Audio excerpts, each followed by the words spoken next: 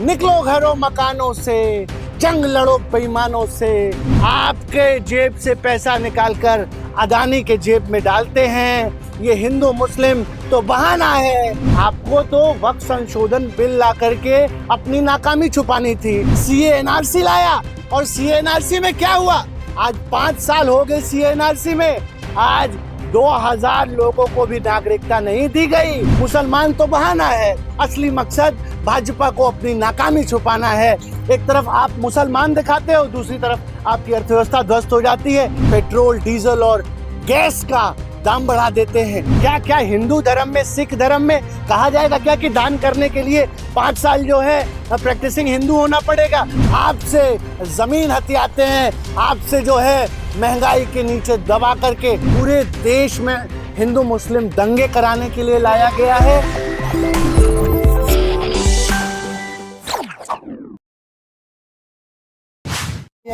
मैं इस देश की जनता से कहना चाहूंगा कि अब समय आ गया है।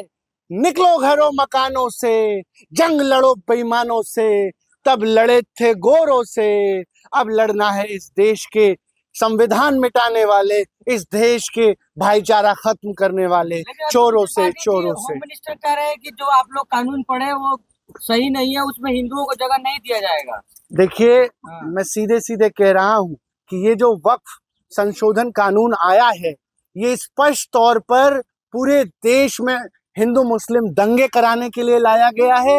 ये कानून जो है आर्टिकल 25, आर्टिकल 26, आर्टिकल 29 और बेसिक स्ट्रक्चर जो संविधान का है उसको जो है उसका उल्लंघन है। इसलिए मैं कह रहा हूं कि हर न्याय पसंद आदमी को, हर संविधान पसंद आदमी को इस कानून का विरोध करना चाहिए। मैं इस देश के मुसलमानों से, इस देश के हिंदुओं से कहना चाहता हूं कि आज समय है। आज जिस तरीके से पूरे देश को हिंदू मुसलमान के नाम पर बांटा जा रहा है और सिर्फ इसलिए बांटा जा रहा है कि सत्ता परस्त अपने जो है कुर्सी पे काबिज रह सके। एक तरफ वक्फ बिल दिखाते हैं और दूसरी तरफ पेट्रोल, डीजल और गैस का दाम बढ़ा देते हैं। 50 रुपए का करारा तमाचा महंगाई के रूप में भारत की जनता के ऊपर इस सरकार ने मारा है।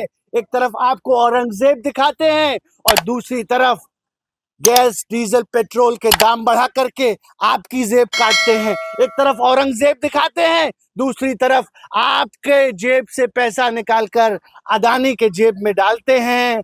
ये हिंदू मुस्लिम तो बहाना है, असली मकसद इस देश को लूट कर खाना है। ये लुटेरों की सरकार है। आज आप बताइए, किसी के अंदर हिम्मत है सवाल पूछने की कि आज जब इंटरनेशनल मार्केट में पेट्रोल डीजल का दाम जो है 120 रुपया प्रति बैरल हो गया है, इसका मतलब कि इंटरनेशनल मार्केट में 24 रुपया लीटर पेट्रोल मिल रहा है और आपके घर में वो पेट्रोल कितने रुपए का दिया जा रहा है? आपके घर में वो पेट्रोल जो है 100 रुपए का बेचा जा रहा है।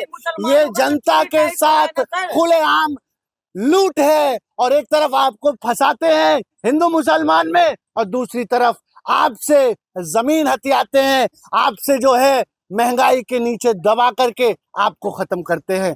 पहचानिए इस नफरत की मानसिकता को। लेकिन बड़ा आंदोलन होगा क्या वक्फ संशोधन कानून पे? बिल्कुल बिल्कुल, हम पूरे तरीके से मजबूती से पूरे देश में हम जा रहे हैं और जो भी गंगा जमनी तहजीब को मानने वाले लोग हैं उनको इकट्ठा कर रहे हैं। और एक बात बता दें इन तानाशाहों को कि बूंद बूंद से समंदर बनता है। हम गली मोहल्ले, चौक चौराहे जाएंगे और इस वक्फ संशोधन कानून के खिलाफ क्रांति की अलग जगाएंगे। आपने पूर्व में देखा कि किस तरीके से इन्होंने सीए एनआरसी लाया और सीए एनआरसी में क्या हुआ? आज 5 साल हो गए सीए एनआरसी में। आज 2000 लोगों को भी नागरिकता नहीं दी गई। इसका मतलब है कि ये जो सारे प्रोपेगेंडा है, ये जो सारी सांप्रदायिक की मानसिकता है, वो सिर्फ और सिर्फ मुस्लिम कौम को परेशान करने के लिए, उनको अपमानित करने के लिए, उनको नीचा दिखाने के लिए है। मुसलमानों को इंसाफ दिलाने के लिए लाया है ये कानून। हाँ, इसीलिए तो कह रहे हैं कि मुसलमान को पहले 5 साल जो है वो ये प्रैक्टिसिंग मुस्लिम होना पड़ेगा। कितने शर्म और दुर्भाग्य की बात है कि क्या किसी और धर्म में इस तरीके का बेतुका प्रावधान किया गया है क्या क्या क्या हिंदू धर्म में, सिख धर्म में कहा जाएगा क्या कि दान करने के लिए 5 साल जो है प्रैक्टिसिंग हिंदू होना पड़ेगा, 5 साल प्रैक्टिसिंग सिख होना पड़ेगा? ये सीधा सीधा मेरे भाई इस्लाम पर प्रहार है। मैं आपसे कहना चाह रहा हूं, इनकी कोई नीयत नहीं है मुसलमानों की हमदर्दी, इनको कोई मुसलमानों से हमदर्दी नहीं है। ये सिर्फ और सिर्फ सांप्रदायिकता फैला करके देश को अहम मुद्दों से भटकाना चाहते हैं। आज आप देखिए किस तरीके से पूरे देश की अर्थव्यवस्था ध्वस्त हो चुकी है। ट्रंप ने जो करारा तमाचा 26% का हमारी अर्थव्यवस्था पर मारा है, उस पर नरेंद्र मोदी जो है उनका एक एक शब्द नहीं निकलता है। नरेंद्र मोदी डर चुके हैं अमेरिका से। आज देखिए चाइना लगातार रिटेलिएट करता है। चाइना को इन्होंने 125% टैक्स किया। चाइना ने रिटेलिएशन में 94% टैक्स किया। ऑस्ट्रेलिया ने ट्रंप के टैरिफ का जवाब दिया और लाखों करोड़ का जो बीफ वो एक्सपोर्ट करता है उसने बंद कर दिया। हमारे देश में 56 इंच के सीने वाला प्रधानमंत्री डर चुका है, घुटने टेक दिया है उसने अमेरिका के सामने। इस ट्रंप के टैरिफ का क्या जवाब है हिंदुस्तान की सरकार के पास? पूछता है भारत। और अगर आपके पास जवाब नहीं है तो आप जो है छोड़ दीजिए। अरे कुर्सी है तुम्हारा, जनाजा तो नहीं, कुछ कर नहीं सकते तो उतर क्यों नहीं जाते? वक्फ की जमीन का चर्चा कर रहे हैं तो आप लोग चाइना की जमीन का चर्चा करने लगते, गजब है। नहीं, आप बताइए ना। वक्फ कानून जो है, क्या इससे पहले किसी ने आपने कौन सा सच्चर कमेटी की सिफारिशों को उसमें आपने लागू कर दिया?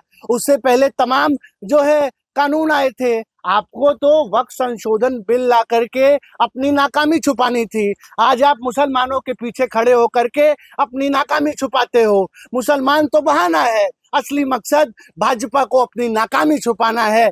एक तरफ आप मुसलमान दिखाते हो, दूसरी तरफ आपकी अर्थव्यवस्था ध्वस्त हो जाती है। एक तरफ आप मुसलमान दिखाते हो, इधर दंगे कराते हो। एक तरफ मुसलमान दिखाते हो, पेट्रोल डीजल महंगा करके जनता की कमर तोड़ देते हो। तो इस देश की जनता समझे कि आपको किस तरीके से सिलसिलेवार ढंग से लूटा जा रहा है। आज आप कह रहे हो वक्फ से जो है वो प्रॉपर्टी का मुद्दा सॉल्व करोगे। आज आप पता करो, मेरे कहे पता करो, आपके पास स्मार्टफोन है, जाके पता करो बाबा रामदेव को उत्तराखंड में कितनी जमीनें दी गई है। जाके पता करो सदगुरु को कितनी जमीनें बेंगलोर में दी गई हैं। जाके पता करो अदानी को मुंबई में कितनी जमीनें दी गई हैं, गुजरात में, छत्तीसगढ़ में कितनी जमीनें दी गई हैं। जाके पता करो अदानी को कितनी जमीनें दी गई हैं। अभी अदानी का घोटाला सामने आया है कि किस तरीके से 1700 करोड़ बीएसएनएल का जो रुपया है वो अदानी ढकार करके बैठ गया।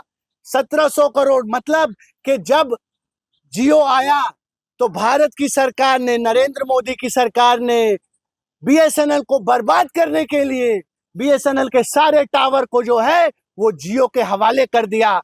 आज इस देश में खुली लूट चल रही है। मैं इस देश की जनता से कहना चाहूंगा कि लूट रही हैं आदमी की रोटियां, बिक रही हैं आदमी की बोटियां, किंतु अडानी अंबानी भर रहे हैं कोठियां। लूट का ये राज हो खत्म, क्रांति के लिए जले मशाल, क्रांति के लिए उठे कदम। कि वक्फ कानून है, आपको मानना पड़ेगा, ये देश का कानून है। देखिए जो आज साहिब मसलत हैं कल नहीं होंगे, किराएदार है, जाती मकान थोड़ी है। ये जो लोग कह रहे हैं ये अमृत का घड़ा पी करके नहीं आए हैं। आज नहीं तो कल इनको भी जाना है, सत्ता से बेदखल होना है। मैं ये कहना चाहता हूं अमित शाह से कि अमित शाह जी, आप वो हिंदुस्तान, आपने क्रांतिकारी हिंदुस्तान नहीं देखा जिसने अंग्रेजों को मारकर इस देश से भगाया है। वो हिंदुस्तान आपने नहीं देखा जो 1897 की क्रांति वाला हिंदुस्तान फिर से उठ खड़ा हुआ है। और इस बार जो लड़ाई होगी अब याचना नहीं, रण होगा, संघर्ष बहुत भीषण होगा। इस असंवैधानिक दमनकारी वक्फ कानून के खिलाफ पूरे देश में तीव्र आंदोलन होगा। और मेरे जैसे गंगा जमनी तहजीब को मानने वाले तमाम युवा एक्टिविस्ट नेतागण जो है पूरे देश में जा रहे हैं। और मेरी भी बात कई मुस्लिम संगठनों से हो रही है। आने वाले समय में हम इस सरकार की कमर तोड़ने वाली आंदोलन की तैयारी कर रहे हैं। और ये आंदोलन जो आने वाला है वो हिंदुस्तान के इतिहास में दर्ज कह होगा रहे हैं कि मेरे आप भाई। लोग अगर आंदोलन करिएगा तो जलियांवाला भी बाग होने से कोई नहीं रोक सकता है। हम तो कह रहे हैं कि इस जनरल डायर की सरकार से हम कहना चाहते हैं कि तुम्हारी गोलियां कम पड़ जाएंगी, हमारे सीने कम नहीं पड़ेंगे, क्योंकि हम हैं दीवाने आजादी के। आजादी के ये जो आजादी हमें हमारे पूर्वजों ने अपने बलिदान से, अपने खून से दी है, उस आजादी को हम कभी मिटने नहीं देंगे, मिटने नहीं देंगे। क्या आप किसान नहीं आंदोलन सुनिए, में आप लोग फिर बॉर्डर सील करके बैठिएगा? नहीं, किसान आंदोलन ही नहीं, हर वो कानून जो इस देश के संविधान और आइन की धज्जियां उड़ाएगा, जो हमारे गंगा जमनी तहजीब की धज्जियां उड़ाएगा, जो हमारे भाईचारे के खिलाफ खड़ा होगा, उस हर कानून का हम पुरजोर ढंग से विरोध करेंगे। उस कानून के खिलाफ जो है हम लड़ेंगे। हमारा गौरवशाली इतिहास रहा है। रद्द करा पाइएगा इसको? बिल्कुल रद्द कराएंगे। क्या बात कर रहे हैं आप? क्या इस देश में तानाशाही है क्या? क्या अभी अभी अभी ये तो डरे हुए, बौखलाए हुए। ये सुप्रीम कोर्ट में अभी 10 से ज्यादा वक्फ कानून के खिलाफ पिटीशन पड़ी है। ये तो सुप्रीम कोर्ट को टाइम नहीं मिल रहा है, नहीं तो अभी इसी महीने हम जो है इस वक्फ कानून को खत्म कर देंगे। और अगर वहां से भी नहीं खत्म हुआ ना, तो इस सरकार को उखाड़ के फेंकेंगे। एक भाईचारे और सेकुलरिज्म को मारने वाली सरकार बनाएंगे और संसद में इस कानून को खत्म करेंगे, लेकिन इस कानून को खत्म करेंगे। ये मेरा वादा है आपसे। धीरेन्द्र शास्त्री हिंदू गांव बनाने जा रहे हैं सर, प्लॉट ले लीजिए आप भी। देखिए, ये तमाम सांप्रदायिकता फैलाने वाले बाबाओं की आप बात हमसे मत किया कीजिए। आप समझिए, आज इस देश को बाबाओं से खतरा है। अभी एक और बाबा है जो कह रहा है कि सरबत जिहाद। एक और बाबा है, लाला रामदेव, वो कहता है सरबत जिहाद। अरे शर्म से डूब मरना चाहिए। कि मतलब आज आप इतने गिर गए हो लाला रामदेव, आपको अभी सुप्रीम कोर्ट ने फटकार लगाई झूठ फैलाने के आरोप में। आपने अभी सुप्रीम कोर्ट के सामने माफी मांगी है। अब आप इस देश के मुसलमानों को बरगलाने के लिए सरबत जिहाद और इसका सहारा ले रहे हो। मतलब ये तो इससे बड़े घृणा की बात नहीं हो सकती है। आज इस देश को, अभी एक और बाबा की बात आप सुनिए, हरियाणा का बाबा है, 900 दिन की जेल के कार्यकाल में 300 दिन उसको पैरोल पे छोड़ा जाता है। मतलब आज आप अगर बलात्कारी बाबा है तो आपको फटाक से जो है पैरोल मिल जाएगी, लेकिन अगर आप देश की बात करेंगे तो उमर खालिद की तरह सालों साल जेल में रहेंगे। ये किस तरीके का दोहरा चरित्र है? ये किस तरीके का दोहरा न्याय है? ये किस तरीके का जो है आप भारत बना रहे हैं? एक भारत में दो कानून। ये जो है इस भारत की विचारधारा को, इस भारत की जो गंगा जमनी तहजीब है, जो हमारी विरासत है, उसको खत्म करने की साजिश है।